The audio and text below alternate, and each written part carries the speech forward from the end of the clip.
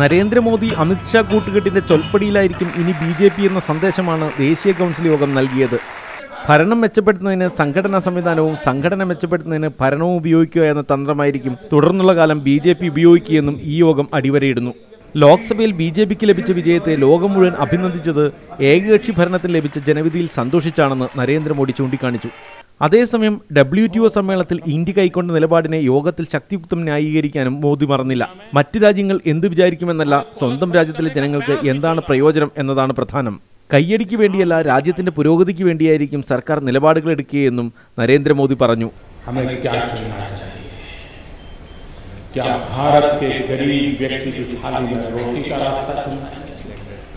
क्या भारत के किसान की भलाई का रास्ता चुनना चाहिए कि दुनिया के अखबारों में हमारे लिए अच्छे आर्टिकल छप जाएं, उस रास्ते को चुनना चाहिए?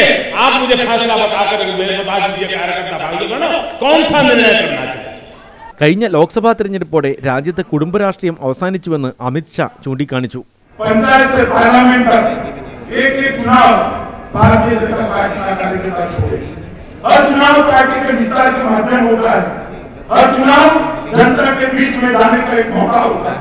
കേരളമടക്കമുള്ള സംസ്ഥാനങ്ങളിൽ ലോക്സഭാ തെരഞ്ഞെടുപ്പിൽ ലഭിച്ച കൂടിയ പിന്തുണയെ സീറ്റുകൾ ലഭിക്കുന്ന തരത്തിലേക്ക് മാറ്റുന്നതിനു വേണ്ടി സംഘടനാ സംവിധാനം ശക്തിപ്പെടുത്തേണ്ടതുണ്ടെന്ന് അമിത്ഷാ പറഞ്ഞു. കേന്ദ്രഭരണത്തിന്റെ സഹായത്തോടുകൂടി രാജ്യത്തിന്റെ ഓരോ മൂലയിലും BJPയുടെ സംഘടനാ സംവിധാനം ശക്തിപ്പെടുത്താനുള്ള ആഹ്വാനത്തോടുകൂടിയാണ് ഡൽഹി ദേശീയ കൗൺസിൽ യോഗത്തിന് അവസാനമാകുന്നത്. ജവഹർലാൽ നെഹ്റു സ്റ്റേഡിയത്തിൽ നിന്നും D. ശ്രീജിത്ത്, മീഡിയ.